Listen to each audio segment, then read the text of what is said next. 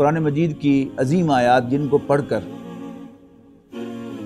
واقعتاً انسان کا دل گواہی دیتا ہے کہ یہ اللہ کا کلام ہے، ان میں سے ایک آیت سورہ آل عمران کی آیت نمبر 14 ہے، جس میں انسان کی ایک تصویر کھینچی گئی ہے مرد کی، and it's 100% true۔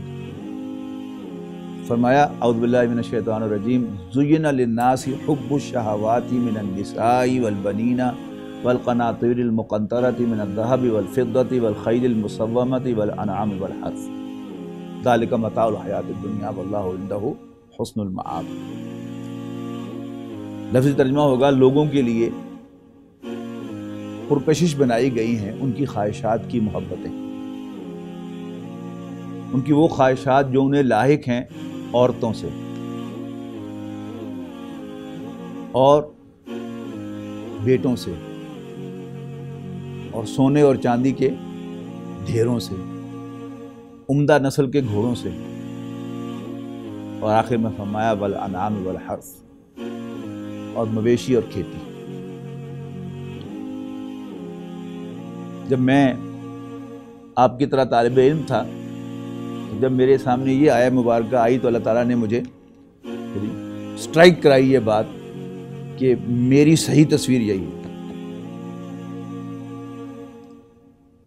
کیونکہ مقابلے میں عورتوں کا ذکر ہے، لہذا یہاں لوگوں سے مراد مرد ہیں، اور یہ ساری کی ساری جو خواہشات ہیں یہ مردوں کی خواہشات ہیں۔ اگر آپ دیانتداری کے ساتھ اپنا جائزہ لیں اور ارد گرد کے دوسرے جو ساتھی ہیں آپ کے، ان کی ایکٹیویٹیز کا جائزہ لیں، تو you'll come to the conclusion کہ مرد کی سب سے زیادہ موومنٹس وومن اورینٹڈ ہوتی ہیں کہ نہیں ہوتی؟ یہ قرآن مجید کی ٹروتھ ہے۔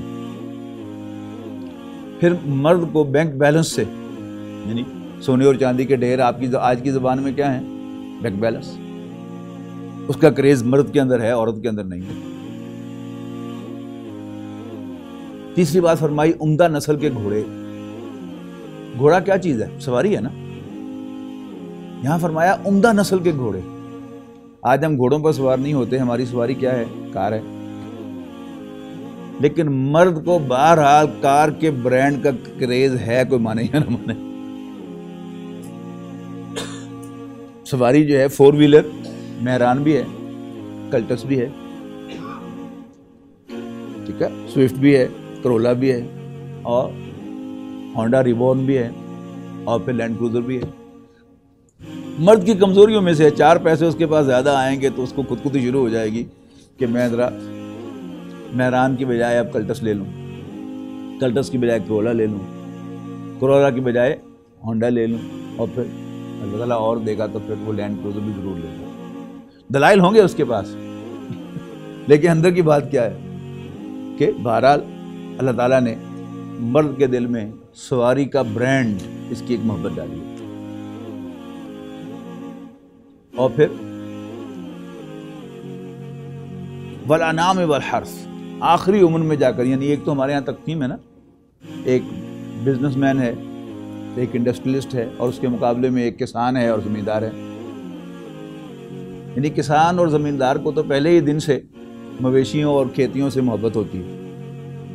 یعنی گاؤں کا رہنے والا، اس کو یہ خیال آتا رہتا ہے کہ میری پیڑیاں جڑیاں ہیں وہ 10 سنٹ، فلانے دیاں جڑیاں ہیں 12 ہیں، میں بھی 14 کاری لگا۔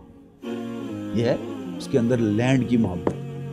اور مویشی، یعنی دیہاتوں میں جو سٹیٹس ہے، فائنینشیل سٹیٹس کیسے ناپا جاتا ہے؟ انہیں پیلیاں کی نہیں ہیں تو ڈنگر کی نہیں۔ مزے کی بات کیا ہے کہ بڑے بڑے انڈسٹریلسٹ بھی جب بوڑھے ہو جاتے ہیں تو ایک فارم ہاؤس بناتے ہیں، اور اس میں فارمنگ کر کے ان کو مزہ آتا ہے، اور مویشی پال کے ان کو مزہ آتا ہے۔ تو جس ترتیب سے قرآن مجید نے یہ ذکر کیا ہے کہ یعنی انسان کی جو غیر ارادی موومنٹس ہیں وہ سب سے زیادہ وومن اورینٹڈ ہیں، اور اس کی جو کانشیس موومنٹس ہیں وہ سب سے زیادہ سن اورینٹڈ ہیں، بیٹے کے لیے۔ یعنی جو جاب وہ کرے گا اس لیے کرے گا اپنے بیٹے کے مستقبل سنوارنے کے لیے، لیکن اسی جاب کے اندر کوئی ذرا اضافی کچھ چسکا مل جائے اس کو عورت کے ساتھ گپ شپ لگانے کا، تو وہ ایک کیا ہے؟